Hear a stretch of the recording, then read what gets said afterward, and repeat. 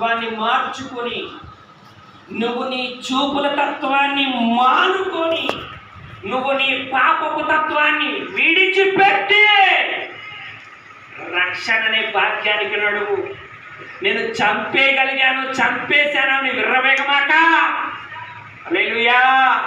నేను చంపేశాను అని, చంపేయగలనని వేగమాక.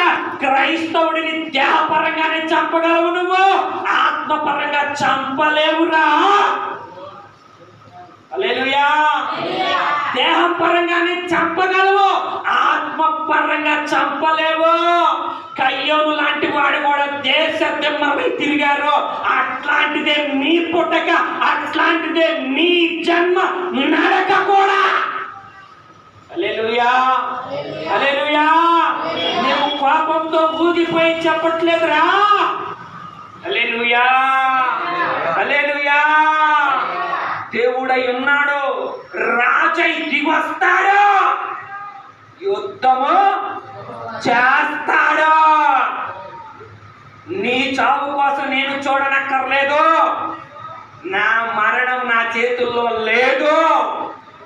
హల్లెలూయా.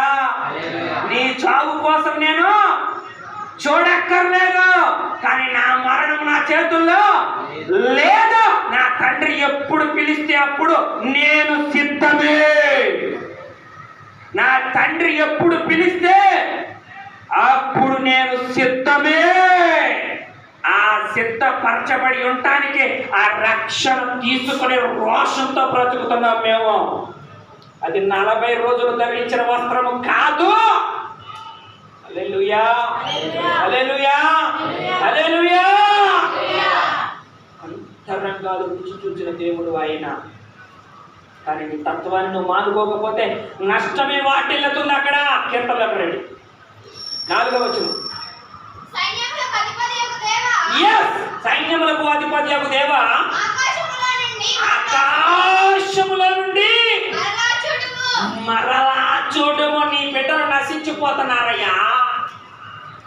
ఏంటంట? నశించిపోతున్నారయ్యా. నీ బిడ్డలు అనేకులయ్యుండి ఆ పాపంలో నుంచి బయటకి రావటం లేదయ్యా. అందుకని ఏం చేయాలట? మరలా. ఎక్కడున్నాడు ఆయన? ఆయన ఆకాశములో ఉన్నాడంట. మరలా చూడుము. నువ్వు చూడట్లేదు అనుకున్నావేమో. ఏంటది? నీవు చూడట్లేదు అనుకుంటున్నావేమో. ఆయన చూస్తున్నాడు. అనేక దాసులు మొరపెడుతూ ఉంటే, రహస్య దారుణముగా గుంపులుగా మొరపెడుతూ ఉంటే, రోజున లోకములో ఆ రక్షణ పొందని, లోకానికి ఆ శాంతి సమాధానం ఉంది అని నమ్మాలి. క్రైస్తవులు లేకపోతే రాష్ట్రాలు లేవు అని చెప్పటానికి నిదర్శనం ఉంది. ప్రార్థనలు జరగకపోతే లోకానికి క్షేమం లేదు అని గుర్తెరగాలి. వేలల్లో ఒకరిని చంపితే లక్షలుగా పుడతాడు, లక్షలుగా పుడతాడు. వాడు ఎవడో అంటున్నాడు, ఏమని? నాకు ఒక భయం ఉంది, నేను చచ్చిపోయేటప్పటికి ఒక్క పాస్టర్ అయినా మిగులుంటాడేమో, ఒక్క చర్చ్ అయినా మిగులుతుందేమో అని. ఈ మాటకి నేను బదులిస్తా. ఎలా? కోర్టు అన్నది న్యాయం చేస్తుందా ఇవాళ ప్రజలకి?